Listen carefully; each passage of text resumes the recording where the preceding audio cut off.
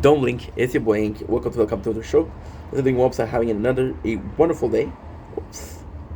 What happened here? I think I injured myself. On this 14th April 2025, we have the sunrise behind us. It is a beautiful day outside. It is a momentous day, as they say in whatever language you're speaking. Today we're talking about a movie review, but we're doing two movie reviews. So we're doing It's Raining Hamburger 1 and 2. So without further ado, because we're tired, let's get right into it.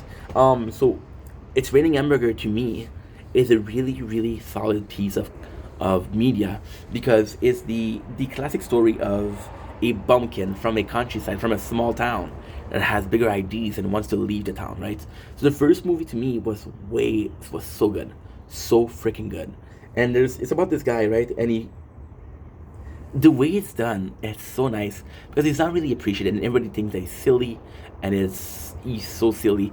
And there's also this intent of his father has a sardine shop, right? And then his father's like, no matter what you do, you're gonna be the one to take the store after me. So it doesn't matter what you do, you're gonna work here, right? So it's about a story of a guy defying his destiny, right? And he figured out the machine by complete accident where he's able to make food rain.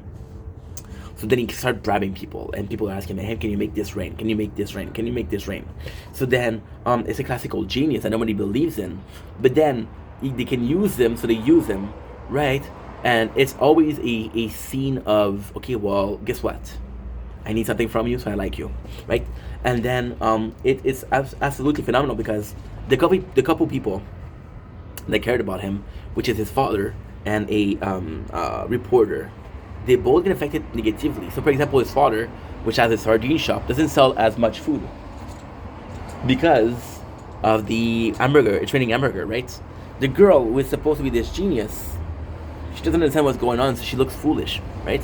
So it's a classic story of the scientist, the mad scientist that achieves something, but it's paired with the guy who's an underdog that nobody believes in, kind of way to heroism. And I think it's super cool because it's a character that we like. We're rooting for him. It's the perfect picture of an underdog, and you feel bad because he's getting used, but then he finally gets the love that he deserves, right? And it's funny because there's also this character that doesn't really matter. This character who is the celebrity of the town, right? And he kind of gets replaced because he's an asshole. But he kind of gets replaced by the guy who makes hamburger rain. Once again, it's a system of greed. So then, the whole base of the whole story of the first one, again, it's a child movie, but it was still enjoyable. My apologies. So then, the whole basic of the story is I'd rather be not known and not loved, but without getting used, than being used and being loved. And then, of course, he overused the machine, so now he can't control it. Then he find a way to fix it, and then he's a hero once more, but people know better than to use him. Right? There's also the case of he's kind of destroying people, so people are becoming more and more obese, and he's the responsible for that. So he sees that and like, holy shit, I did this. The second one is, um, the second one is, I didn't really like it, to be honest. So the second one is this super genius goes to a school of super genius, and then you realize that he's once again the underdog because he's surrounded with people that are super smart. And like, okay, well, I'm smart, but I'm not that smart. It's a classic story of a genius that becomes a genius, but then when he's surrounded with genius, he isn't a genius, you know. And then the story is how corrupted geniuses are, and you see the purpose of the first movie was to realize that I can invent a machine that will get me everything I want: fame, appreciation, um, love, money, right? But I don't want to do it because the prices are too much to pay. So then the whole purpose of the second movie was he's surrounded with geniuses that are way smarter than him and way more deserving of the good stuff, right? But then it comes at a price, and the price is what? Oh shit. Okay, sorry. And the whole price is what? Is they sold their soul, right? So if there's a way to get richer, and they don't care about what's going on, so he's in a position, and I think that's the purpose of the second movie.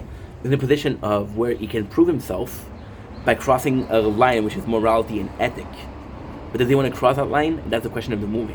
The second movie was good. Well, that's good because it's like, so you see, he did the same thing as the first movie, which is kind of like the hangover.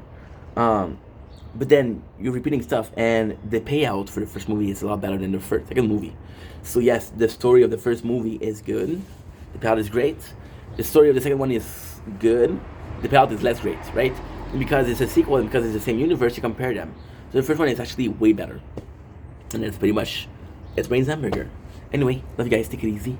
Peace.